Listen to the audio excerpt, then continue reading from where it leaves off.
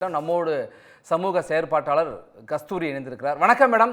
இன்றைக்கு கடந்த 5 மாதங்களாக தமிழ்நாடே ஒரு கேள்வியை எழுப்பியிருந்தது, யார் அந்த சார் என்று. அதற்கு ஒரு முற்றுப்புள்ளி வைப்பது போல ஞானசேகரன் குற்றவாளி என்று மகளிர் நீதிமன்றம் தீர்ப்பளித்திருக்கிறது. தண்டனை விவரம் வருகிற 2ஆம் தேதி வரை இருக்கிறது. உங்கள் பார்வை? இது யார் அந்த சாருங்கிறதுக்கு முற்றுப்புள்ளி வச்சதா நான் கருதல. முதல்ல இன்றைய தீர்ப்பு பெண்கள் பாதுகாப்பை குறித்து வயிற்றில் நெருப்பை கட்டி கொண்டிருக்கக்கூடிய தமிழ்நாட்டு மக்கள், தமிழ்நாட்டு பெற்றோர்கள், தமிழ்நாட்டு பெண்களுக்கு ஒரு பெரிய ஆறுதல் தரும் வகையில் இருக்கிறது. ஞானசேகரன் குற்றவாளி என்று அறிவிக்கப்பட்டது மற்றும் 3 மாதத்தில் இந்த வழக்கை முடித்து வைத்தது. இந்த 2 விஷயத்துக்கும் நம்ம ஒரு பாராட்டுதல்களை முதல்ல தெரிவிச்சுக்கிறோம். அண்ணா பல்கலைக்கழகத்துல இதுக்கு முன் இந்த கயமை எத்தனை பேரோட வாழ்க்கையை சீரழிச்சிருக்கிறான், எத்தனை பேரை வீடியோ எடுத்திருக்கிறான்ங்கிறது நமக்கு தெரியல. ஆனா இன்று முன் இந்த வழக்கில் முதல் மனுதாரராக இருக்கக்கூடிய அந்த வீர பெண்ணை நாம எல்லாரும் வணங்குறோம். தமிழ்நாட்டின் வீராங்கனை அந்த பெண். தமிழ்நாட்டு பெண்களுக்கு ஒரு முன்னுதாரணம் அந்த பெண். அந்த மாணவிக்கு என்னுடைய பாராட்டுதல்கள், பெருமை கலந்த நன்றிகளை தெரிவித்துக் கொள்கிறோம். நீதிமன்றத்துக்கு எங்களுடைய நன்றியை நான் தெரிவிச்சுக்கிறேன். ஞானசேகரன் அவர்களுக்கு இப்போ குற்றவாளி அப்படிங்கிறதுக்கு மறுக்க முடியாத தரவுகளை காவல்துறை சிறப்பு புலனாய்வு பிரிவு மூலமாக சமர்ப்பிச்சிருக்கிறாங்க. காவல்துறையில அரசியல் தலையீடு இல்லாமல் பல விஷயங்களை செஞ்சிருக்கிறாங்க அப்படிங்கிறத நம்ம பார்க்கிறோம். அதே சமயத்துல ஞானசேகரன் மட்டும் குற்றவாளி கிடையாது. எப்படியுமே அவர் பலர் அவரே யாருக்கோ போன் பண்ணி பேசியிருக்காங்க. நீங்க சொன்ன அந்த யார் அந்த சார் ஞானசேகரன் கிடையாது. அவர் தொலைபேசி மூலமாக ஒருத்தருக்கு போன் பண்ணி பேசினார் பாருங்க, யார் அந்த சார். அந்த கேள்வி இன்னும் மிச்சம் இருக்கிறது. அந்த கேள்விக்கு காவல்துறை பதில் சொல்லுமா என்பது கேள்வியாகவே நின்று கொண்டிருக்கிறது. இன்னைக்கு கிடைச்சது நீதியில ஒரு பாதி, மீதி நீதியும் கிடைக்கணும்னு என்னை போன்றவர்கள் விரும்புகிறோம். மற்றபடிக்கு ஞானசேகரனுக்கு கிடைக்க வேண்டிய தண்டனை என்னன்னு பல பேர் கேட்கலாம். 2ஆம் தேதிக்கு ஒத்து வச்சிருக்கிறாங்க தீர்ப்பை.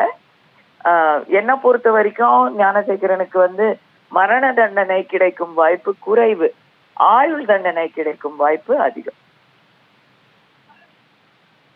அண்ணா பல்கலைக்கழக மாணவி பாலியல் வன்கொடுமை செய்யப்பட்ட வழக்கில் இன்றைக்கு தீர்ப்பு வந்திருக்கிறது. அதே நேரத்திலே அரக்கோணத்திலையும் ஒரு குற்றச்சாட்டு எழுந்திருக்கிறது. கடந்த சில நாட்களாக நம்ம பார்க்கிறோம். அது திமுகவை நோக்கி தான் அந்த விரல் நீண்டு இருக்கிறது. அவர் கட்சியை விட்டெல்லாம் நீக்கப்பட்டதா சொல்ற சூழல்ல தமிழ்நாட்டை பொறுத்த வரைக்கும் பெண்கள், குழந்தைகளுக்கு எதிரான வன்கொடுமை அதிகரித்து வருகிறதா ஒரு குற்றச்சாட்டு இருக்கு. ஒரு சமூக செயற்பாட்டாளராக நீங்க என்ன சொல்றீங்க? அதுதான் இன்னைக்கு உண்மையான நிலவரம். தமிழ்நாட்டுல போதை கலாச்சாரம், ரேப் கலாச்சாரம், பாலியல் வன்முறை கலாச்சாரம் அப்படிங்கிறது மிகப்பெரிய அளவுல தலை விரிச்சு அடிக்கிட்டு இருக்கு. எல்லாத்தையுமே பெண்கள் உரிமை தொகை கொடுக்கறதுனால மட்டும் சரிப்படுத்த முடியாது.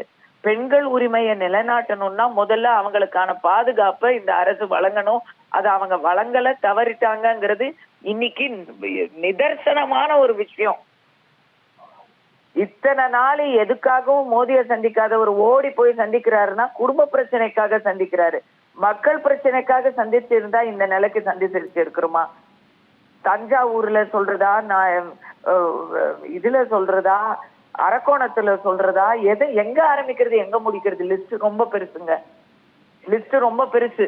அந்த பொண்ணு கண்ணில் விட்டு அழுவுது. திமுக காரணமா, திமுகவுடைய பிரமுகராக இருந்தாங்க. போலீஸ் என்னத்தான் மிரட்டுறாங்க. ஏங்க குற்றச்சாட்டு கொடுத்தா குற்றச்சாட்டை பதிவிடும் அந்த பெண்களுடைய பெயர், ஊர், விலாசம், கம்ப்ளீட் டீடைல்ஸ பொது வெளியில விடுறாங்க. அது எப்படிங்க? காவல்துறையுடைய ஏதோ ஒரு வகையில ஒரு சம்பந்தம் இல்லாம அப்படிலாம் பண்ண முடியாதுல்ல. அந்த கேள்வி அப்படியே தான் இருக்கு. அண்ணா யூனிவர்சிட்டி விஷயத்துல நடந்த அந்த தலைக்குனிவான விஷயம் அரக்கோணம் விஷயத்துல நடக்குதுங்கிறது தான் பிரச்சனைய. திமுக பிரமுகர் வீட்டுல ஒரு தலித் சமுதாயத்தை சேர்ந்த ஒரு மைனர் பெண்ணை டார்ச்சர் பண்றாங்க, சிகரெட்டால சுட்டிருக்காங்க, பாலியல் வன்முறைக்கு ஈடுபடுத்திருக்கிறாங்க அப்படின்னு அந்த பொண்ணு வந்து கேட்டுச்சு. என்னாச்சு அந்த கேஸ்? நான் தான் சொல்றேனே, லிஸ்ட் ரொம்ப பெருசுங்க. அதையெல்லாம் ஒன்னொன்னு இப்ப இதுல வந்து தீர்வு வந்ததுக்கு காரணம் பொள்ளாச்சி கேஸ்ல எப்படி பாதிக்கப்பட்ட பெண்கள் தைரியமாக நின்னுட்டாங்களோ அத போல அந்த வீரப்பெண், அந்த வீர மாணவி அவங்க வந்து பிறழாம நின்னுட்டாங்க. சாட்சிகள் ஒரு மனசாட்சிக்கு உட்பட்டு பிறழாம வந்துட்டாங்க. அரசியல் தலையீடு கேஸ்ல கண்டிப்பா இருந்திருக்கும். ஆனா அத மீறி தர்மம் வென்று இருக்குன்னு நம்ம சொல்லணும்.